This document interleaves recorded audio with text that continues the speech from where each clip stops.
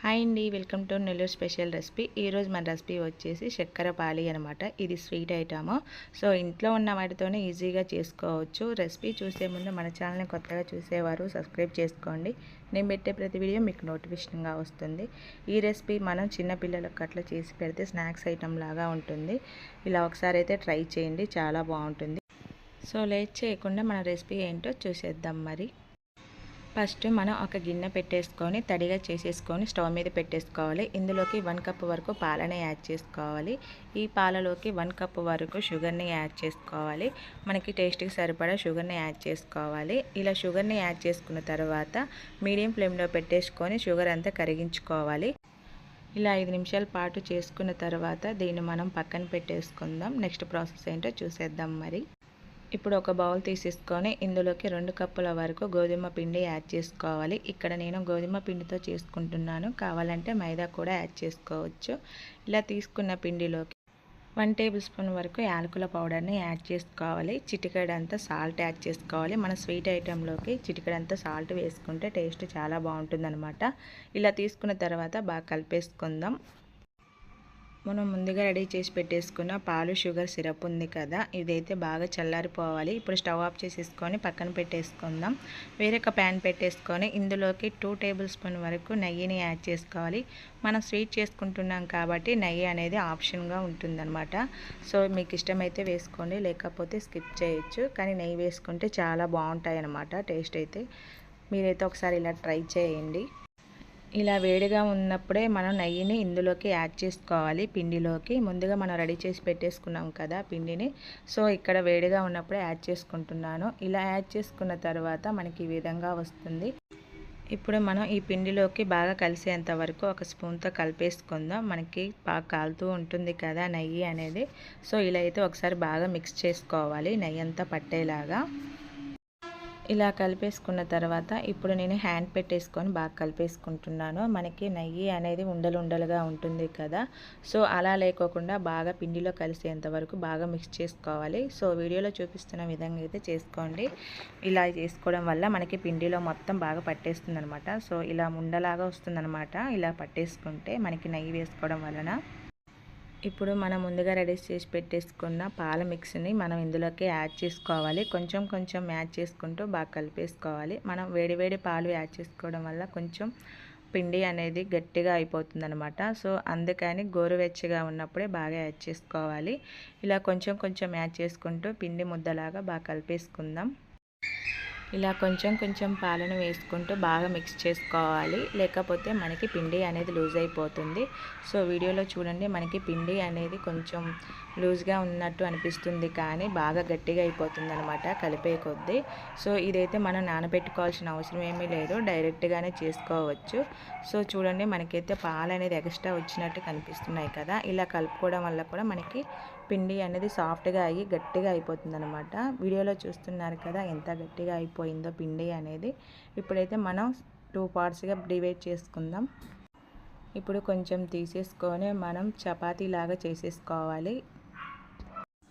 So చూడండి, ఇక్కడైతే నేను 50 వరకు అయితే తీసేసుకొని చపాతీ లాగా చేసుకుంటున్నాను. ఇలా ఉండగా చేసేసుకోవాలి, మనకి రౌండ్గా చేయాల్సిన అవసరం ఏమీ లేదు. ఇలా చేసుకున్న తర్వాత మనం చపాతీ రుద్దుకోవడానికి ఒక 2 స్పూన్ల వరకు అయితే నెయ్యిని యాడ్ చేసేసుకొని దీనిని సాఫ్ట్గా చేసుకోవాలి. మనకి కట్ చేసుకునేటప్పుడు ఈజీగా వస్తుందన్నమాట ఇలా నెయ్యి యాడ్ చేసుకోవడం వలన. ఇప్పుడైతే మనం ఈ పిండి ముద్దను దీని మీద పెట్టేసుకొని చపాతీలాగా రుద్దేసుకుందాం. సో చూడండి, నేను ఎలా చేస్తున్నాను అనేది. మనకి క్రాక్స్ అనేవి ఉంటాయి, సో అవి అన్నీ లేకోకుండా ఇలా చపాతీ కర్ర తీసేసుకొని ఇలా రుద్దేసుకోవాలి. ఇక్కడ మనం పల్చగా రుద్దకూడదనమాట, కొంచెం మందంగా ఉండేలాగా రుద్దేసుకోవాలి, లేకపోతే మనకి పొంగవన్నమాట. ఇలా చేసుకున్న తర్వాత ఒక చాక్ తీసేసుకొని ఇలా ఎక్స్ట్రా పిండిని అయితే కట్ చేసుకుందాం. మనకి సైడ్ అనేది క్రాక్స్ వస్తాయి కదా, సో అవి లేకోకుండా కట్ చేసుకుందాం. ఇక్కడ నేను చూపిస్తున్నాను కదా, సో అలా అయితే ట్రై చేయండి. ఇలా చేసుకున్న పిండిని ఎక్స్ట్రా పిండిని పక్కకు తీసేసుకొని మనం ఇప్పుడు డైమండ్ చిప్స్ లాగైనా లేకపోతే స్క్వేర్ లాగా మామూలుగా చేసుకోవచ్చు. మీకు నచ్చిన షేప్లో కట్ చేసుకోవచ్చు. నేనైతే ఇక్కడ ఇలా కట్ చేసి చూపిస్తున్నాను మీకు. ఇలా మీకు నచ్చిన షేప్లో అయితే కట్ చేసుకోండి. ఇలా కట్ చేసుకున్న తర్వాత వీటిని ఒక ప్లేట్లోకి అయితే తీసేసుకుందాం. ఇలా ఒక్కొక్కటిగా తీసేసుకొని ఒక ప్లేట్లో తీసుకున్న తర్వాత మనం డీప్ ఫ్రై చేసుకోవడమే అనమాట. సో ఇలా అయితే చాలా బాగుంటాయి, టేస్ట్ కూడా ట్రై చేయండి తప్పకుండా. మళ్ళీ ఎక్స్ట్రా పిండి ఉంటుంది కదా, సో దాన్ని కూడా చేసేసుకుందాం ఒకేసారి. సో నేనైతే మరొకసారి చూపిస్తున్నాను. ఇలా నెయ్యి రాసేసుకొని ఒక పిండి ముద్దను తీసేసుకొని ఇలా క్రష్ చేసుకుంటూ రుద్దేసుకోవాలి. ఇక్కడ నేను మళ్ళీ చూపిస్తున్నాను ఈ వీడియోలో. ఇలా క్రాక్స్ వచ్చినా కానీ పర్లేదు, మనం రుద్దేసుకుంటే సాఫ్ట్గా అయిపోతాయి. సో వీడియోలో చూపిస్తున్నాను కదా, కొంచెం మందంగా రుద్దేసుకోండి. మనం డీప్ ఫ్రై చేసేసుకునేటప్పుడు పగిలిపోకోకుండా ఉంటాయన్నమాట. ఇలా సైడ్ పార్ట్స్ అయితే తీసేసుకుందాం చాక్తో కట్ చేసేసుకొని. సో నేను ముందే చూపించాను, మళ్ళీ ఒకసారి చూపిస్తున్నాను అనమాట. ఇలా ఒకసారి అయితే ట్రై చేయండి. ఇలా షేప్లో కట్ చేసుకున్న తర్వాత వీటిని కూడా చిన్న చిన్న పీసెస్గా కట్ చేసుకుందాం. ఇలా కట్ చేసుకున్న తర్వాత మనం వీటిని కూడా ఒక బౌల్లోకి అయితే తీసేసుకుందాం. సో చూడండి ఎంత మందంగా కట్ చేసుకున్నాం అనేది. ఇలా మందంగా కట్ చేసుకోవాలన్నమాట. ఇలా చేసుకున్న వాటిని మనం డీప్ ఫ్రై అయితే చేసేసుకుందాం.